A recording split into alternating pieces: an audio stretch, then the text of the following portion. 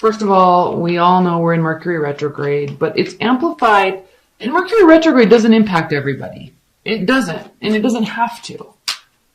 Mercury rules our third house of communication, but this is based off of your rising sign, so it doesn't have to be in your third house. It's based off of whatever sign you have in your first house. So you want to pull your natal chart and understand what your rising sign is, because that is actually very impactful in your personality. And that's where these transits impact you. Secondly, Jupiter is retrograde. Oh, what a surprise. There's a Page of Swords again.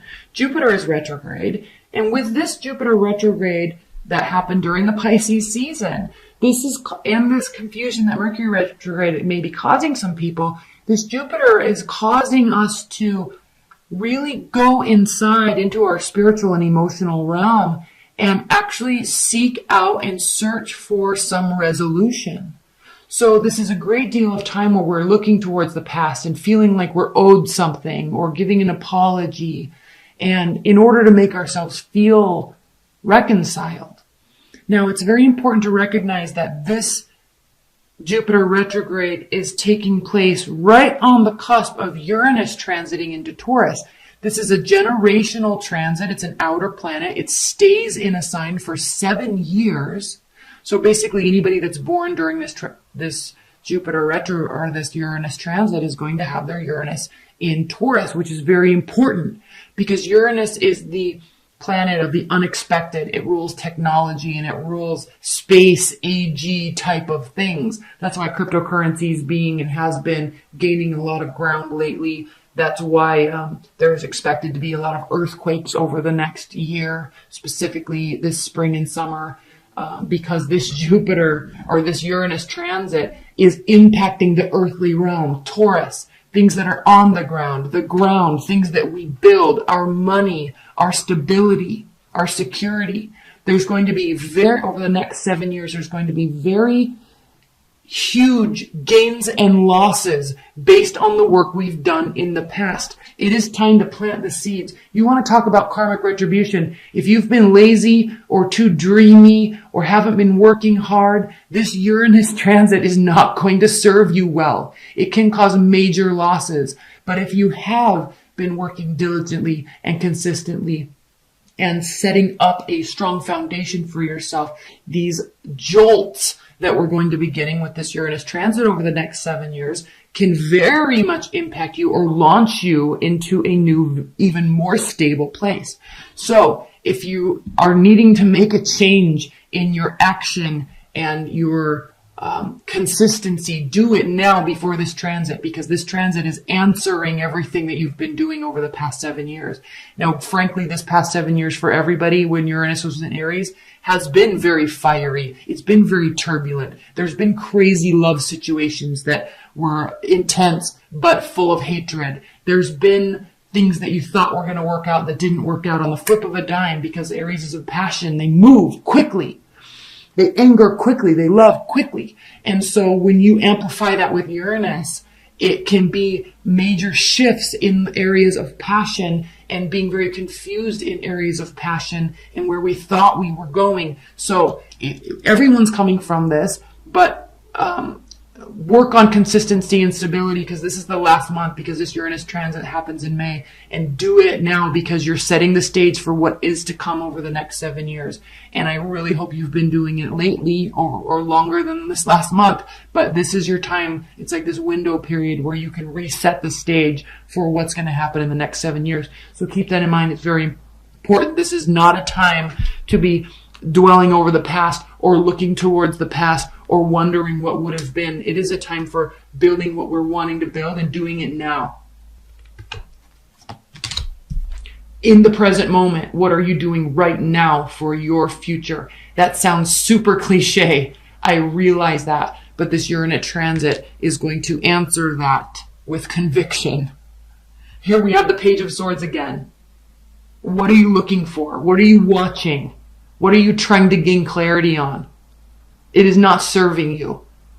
Somebody might be spying on you too. Who cares? It's not serving them. They're giving you their power. If you're watching or looking in on somebody, you're literally wasting your time. You are giving them your power and your time. don't do it. It's not worth it. It's over. New love is here. There's much better communication. And I love this reading because I'm a Pisces rising. So obviously this is impacting me very heavily. This is also speaking to me. So, Ten of Swords. It hurt. It sucked. It's also over. The sun is rising across this very emotional, expansive, deep bay of emotional dreamland that we've been in for the last couple months. Or longer, really. It could even be 10 months, 10 years, 10 days. So there's a long period of time, but the sun is coming up on the horizon, and frankly, you best recognize... Okay, there's new love here, overflowing. This relationship is being blessed. You feel good. You feel in sync, right? There's lots of communication. This could be short distance travel, okay, little trips here and there, weekend getaways, whatever. But also lots of communication back and forth. Text messages. All over the place, all day long. Super fun. So, who wants to live here? Like, this is done. Don't go back to this space. Don't even look. Who cares? It literally doesn't serve you. So, move into new, better. This is not a time for introspection.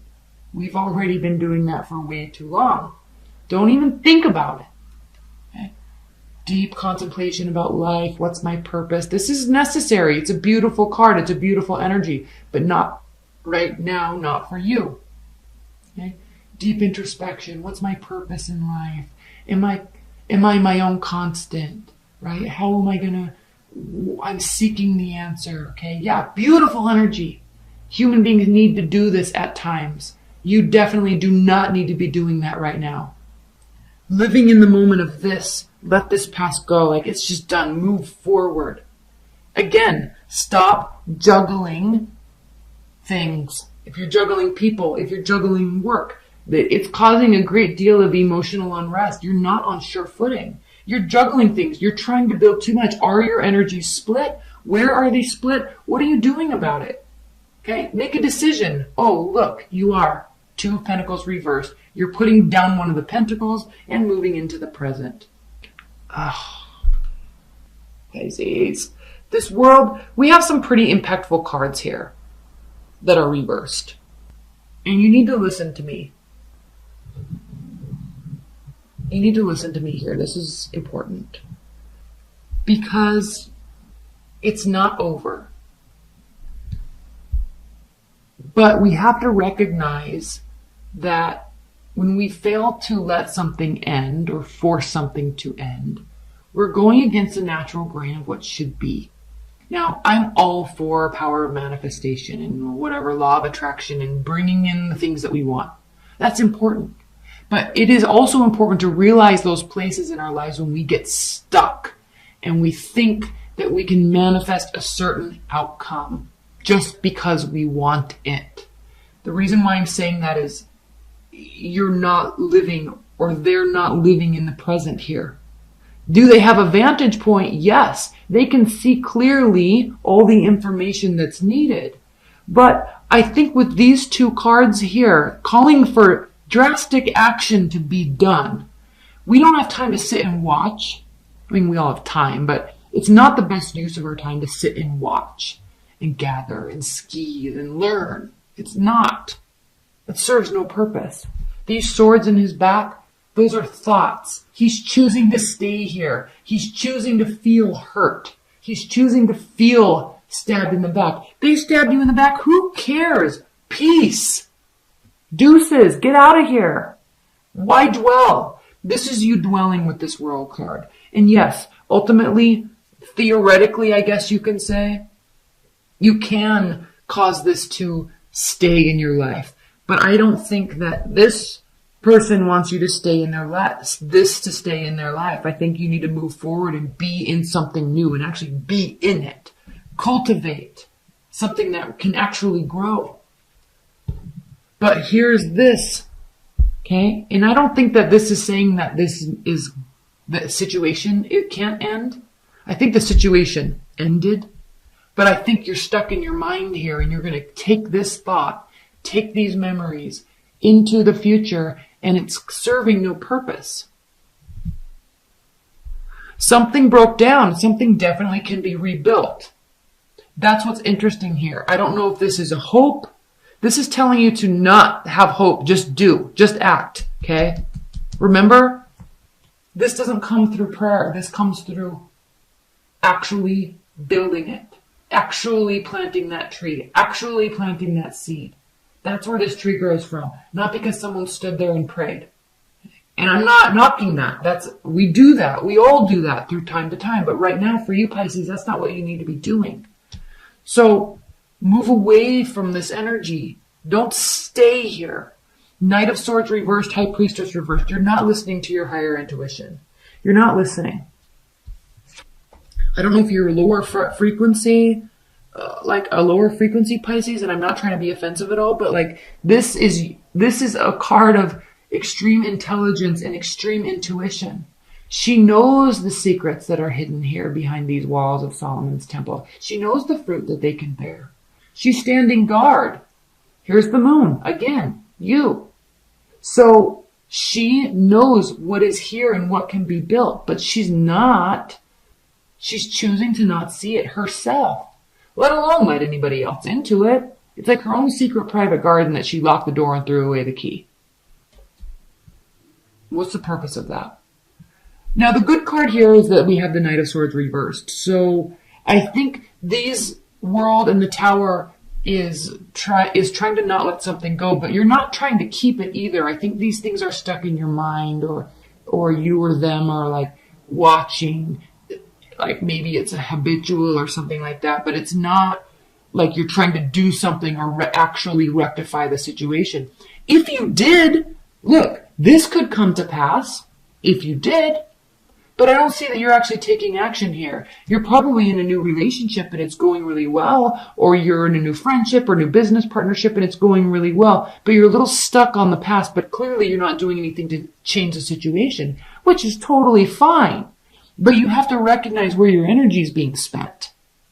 If you want to try to get somebody back, or, you know, again, back to this Jupiter retrograde and this spiritual reconciliation, I think this is all being done internally. You're trying to rectify something in your own soul and clearly not actually trying to take action towards it, probably either because you can't or you don't really want to, but definitely hanging on to something. Couple clarifiers, then I'm going to move into the extended. Oh, underneath this card was the Two of, look, oh, how funny. Two of Cups. So it's this over, like this connection, it's gone. The Hangman reversed. Okay, take action. This is not a time for waiting and watching. I keep saying it. These cards keep saying it. Couple clarifiers, then we're going to move into the extended. In the extended, I'm going to pull a ton more clarifiers. We're going to add a whole other layer here. We're going to go much more in depth. That link's below if you would like it. If not, let's pull a couple clarifiers for you now here. Pisces. Oh, gosh. This is due to either a fire sign or an Aries specifically. That is the card of the Emperor. And they could be feeling like this, but it's relating to a fiery energy. Please clarify this Ace of Cups, because there's new love. Like you're in a good place. Just you're not allowing yourself to mentally be in a good place. Like you have to remember, like where you chose this, it was for the best. Walking away, protecting your pride, protecting your ego. That's not a bad thing, especially not in extremely toxic relationships. Okay, walk away with your head held high. But now what you have to do, okay, see it for what it was and live in the moment. Which you usually do anyway, Pite. Well, actually you don't. You're in this dreamy realm. But based on your rising sign or your Mars sign, that could be very different for you. I highly advise everybody to look at their natal chart and look at their rising sign and learn about it. Look at your moon sign, learn about it. Your Mars, I don't think people understand how much where their Mars placement is, what house it's in for one, and two, what sign it's in. That is your sexual energy. That's how you act and how you force yourself out into the world. It is extremely important. Your Mars sign can talk about, and your rising sign can actually talk about your physical appearance. It can talk about how you were raised, what type of parental advisement or learning you got or nurturing you got from your parents. Learn about those. They impact us more than just our sun sign. So yes, I know you're Pisces, and yes, I know you're watching this video, but it would be more beneficial to you to learn about your Mars sign and learn about your rising sign, because you will have a great deal of insight into yourself, who you are, and why you are the way you are, for one, and two, who you're with. Learn their love style. Learn their sex style. Okay? Learn about their past relationships. Learn the types of people that rising sign tends to marry and be with. It answers a lot of questions.